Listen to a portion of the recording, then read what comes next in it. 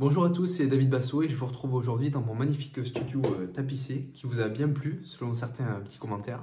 Voilà, donc je vais vous parler aujourd'hui de mon défi encore 75 Hard et je vais vous parler de quelques sujets parce que vous m'avez posé quelques petites questions concernant plusieurs sujets, notamment l'alimentation, la quantité d'eau à boire par jour, les entraînements, comment je m'organisais, etc. Et est-ce que ma salle de sport était chauffée? Donc on va parler un petit peu de tout ça et puis voilà quoi. Donc ça va être une vidéo là où vous allez voir que ma tête et puis on va discuter tranquillement de tout ça. Alors avant de parler de la diète, je voulais aborder une petite question de Mathieu, il se reconnaîtra, qui m'a demandé par message si je m'entraînais à heure fixe à chaque fois, tous les jours.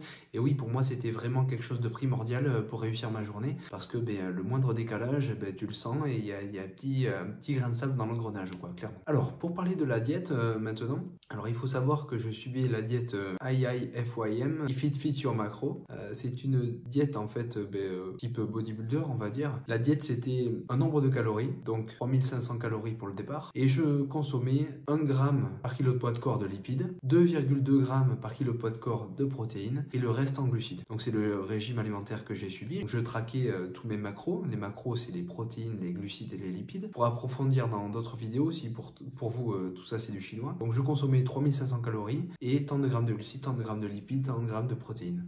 Donc hyper carré, hyper strict, tous les jours. Ça implique, oui, effectivement, de peser ces aliments. Je m'imposais aussi une autre limite qui était le fait de manger des aliments non transformés. Et le seul aliment transformé que je m'autorisais à manger durant le défi, c'était le pain. J'aimais bien manger du pain le matin avec mes œufs. Voilà. Souvent le matin, c'était 100 g de pain et 5 œufs. Voilà.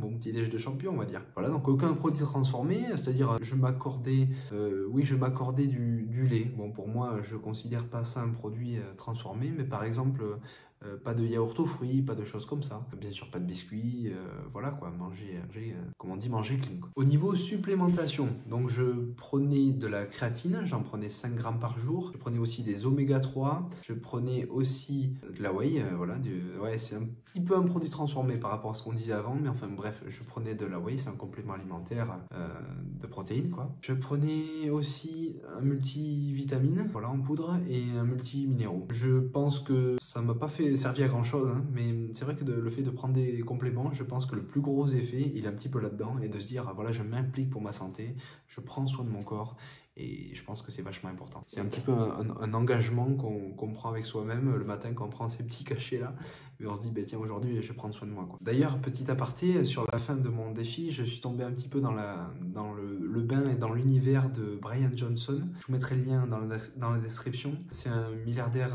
américain, et en fait, le mec, il se dédie à un seul projet, c'est Don't Die. Et c'est une expérience, il a aussi le projet Blueprint, je vous laisserai visiter son site.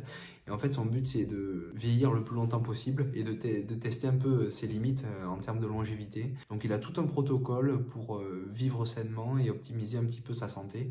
Et j'ai trouvé ça vachement intéressant. Et le fait de suivre un petit peu tout ça, pendant que moi, je m'astreignais à ce régime difficile, j'ai trouvé ça encourageant. Parce qu'en fait, il faut se dire que dans notre entourage, on a des fois, lorsqu'on se lance un défi, on a des fois très peu de personnes qui sont là pour nous...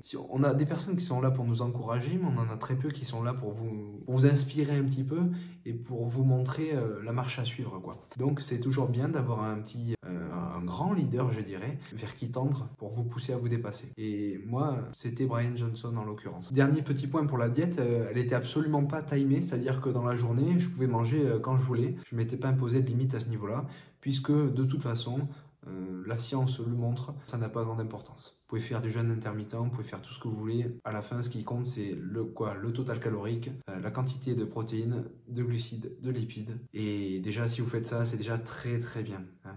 Si vous quantifiez pas, vous avancez un petit peu au hasard. Et c'est pour ça que j'ai suivi cette diète durant ce défi, qui m'a d'ailleurs permis d'obtenir de beaux résultats. Parce que tant que j'y pense, oui, on va parler carrément du poids. Je suis parti, vous regarderez si vous l'avez pas vu la première vidéo, je suis parti donc mi-août à peu près d'un poids de 83 kg pour 1m74. Et à la fin du défi, le lendemain, je me suis pesé, je pesais 76 kg. J'avais pris pas mal de muscles, j'ai pris toutes mes mensurations, je pourrais en parler si vous voulez aussi, dans une autre vidéo, pourquoi pourquoi pas, si ça vous intéresse. Hein. J'ai pris pas mal de données et puis je me suis dit, après, je divulguerai un petit peu tout ce qui intéresse les gens. Donc ouais, j'ai perdu 7 kilos en 2 mois et demi. Et voilà, à la fin, je me suis retrouvé à 76 kilos pour 1m74, ce qui est toujours un poids assez élevé par rapport à ma taille. Mais au niveau de la masse graisseuse, vu que j'avais les abdos visibles, je pense que je m'approchais des 10-11%. Voilà, vous me direz vos avis en commentaire, peut-être je suis complètement à côté de la plaque, mais en tout cas j'avais un physique qui me plaisait énormément sur la fin du défi. Alors mes entraînements, on va parler des entraînements, il y a rien de magique en fait, hein. Autant voilà, pour la diète il n'y a rien de magique en fait, il n'y a pas de recette magique, c'est juste des principes très clairs, très simples, mais pas faciles à tenir. Voilà. Pour les entraînements c'est pareil, hein, dans l'état d'esprit, dans l'esprit du défi 75 Hard, il y a un entraînement à l'intérieur et un entraînement à l'extérieur. Alors l'entraînement à l'intérieur c'était toujours la muscu, c'était toujours le matin. Généralement c'était le matin. Voilà, il y a eu des fois où j'ai fait mon sport dehors le matin, mais là j'aimais pas trop quoi. Mais bon, je le faisais quand même hein, quand il fallait.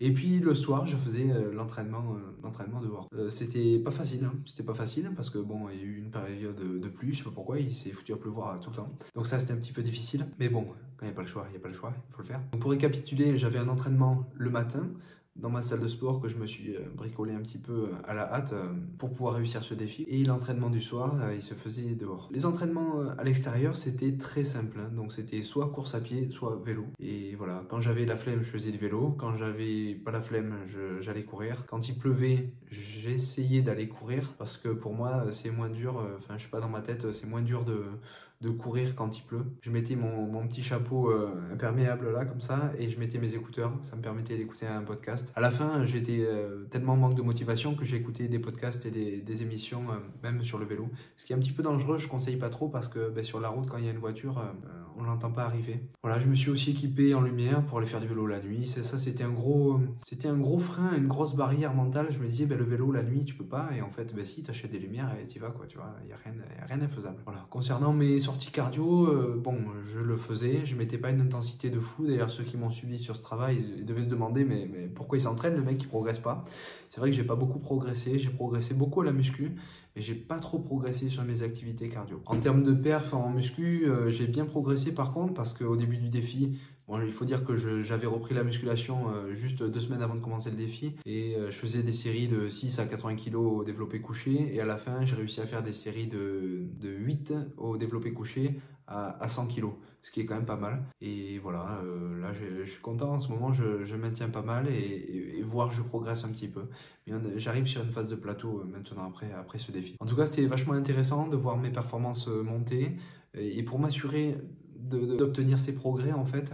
Ce que je faisais, c'est que, et ce que je fais toujours en fait par rapport à mon activité de muscu, c'est de prendre les notes sur le téléphone et je me mets par exemple développé couché 7/7/7/7 voilà à 105 kg par exemple aujourd'hui et avec la date et à chaque entraînement je réactualise et je cherche le progrès à chaque fois. Ce que je fais c'est que je note mes progrès et si jamais par exemple j'ai fait tel jour une séance à 7/7/7/7 à 105 kg par exemple au développé couché, et bien la séance d'après j'essaierai de faire 8/7/7/7 au même poids et ainsi de suite. Et quand je dépasse les 12 répétitions par exemple, et bien j'augmente mon poids. C'est un protocole très simple mais qui me permet de progresser pour le moment. Alors l'organisation de mes trainings c'était assez simple, c'était un push-pull legs à la base et puis j'ai rajouté une séance épaules, donc j'ai fait push, pull, épaules plus abdos et jambes.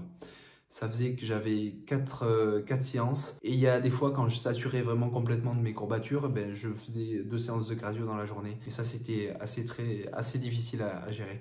Et maintenant que j'ai plus trop le poids de faire ça et que le défi est terminé, un jour de repos des fois quand j'ai besoin, quand je sens que je sature. J'ai quelques personnes qui m'ont parlé un petit peu de cette quantité d'eau énorme à boire, 3,8 litres d'eau par jour, c'est énorme. Et c'est vrai que il y a intérêt à boire tôt dans la journée parce que si on boit tout ça tard le soir, on se lève la nuit pour aller aux toilettes, enfin bon, on passe une nuit pourrie. Et voilà, ça c'est l'aspect un peu pas trop cool du défi, mais bon, voilà, je me lance dans un truc, je le fais, sinon ça sert à rien de se fixer un défi. Si jamais on conteste toutes les règles, il faut être d'accord au début et puis après on y va, quoi. Mais effectivement, très difficile et il faut s'y prendre tôt dans la journée. Et 3,8 litres pour moi, c'était un petit peu trop. Aussi, je voulais vous dire, il y en a pas mal qui m'ont dit, ouais, mais moi, avec le boulot, les enfants et tout ça, oui, effectivement, j'ai pas d'enfants. Par contre, j'ai du boulot. J'en ai pas mal de boulot. Pour ceux qui me connaissent, ils savent que mes journées, elles sont assez remplies. Voilà, on pourra aborder un petit peu tout ça plus tard si vous voulez, de parler de productivité, de comment gérer son temps, etc. Mais bon, je pense que sur Internet, il y a pas mal de personnes qui parlent de ça déjà. Mais voilà, je m'inspire de pas mal de méthodes et de gens qui m'inspirent notamment à ce sujet-là pour essayer de maximiser les choses qu'on peut faire en 24 heures, quoi. Et je trouve ça assez intéressant parce que je me dis que si on a fait 2 fois plus de choses que la plupart des gens dans une journée, en quelque sorte, on a vécu 2 fois la vie que cette personne aura vécue, en partant du principe que cette personne voulait faire quelque chose de sa vie, quoi. Ce qui est questionnable des fois.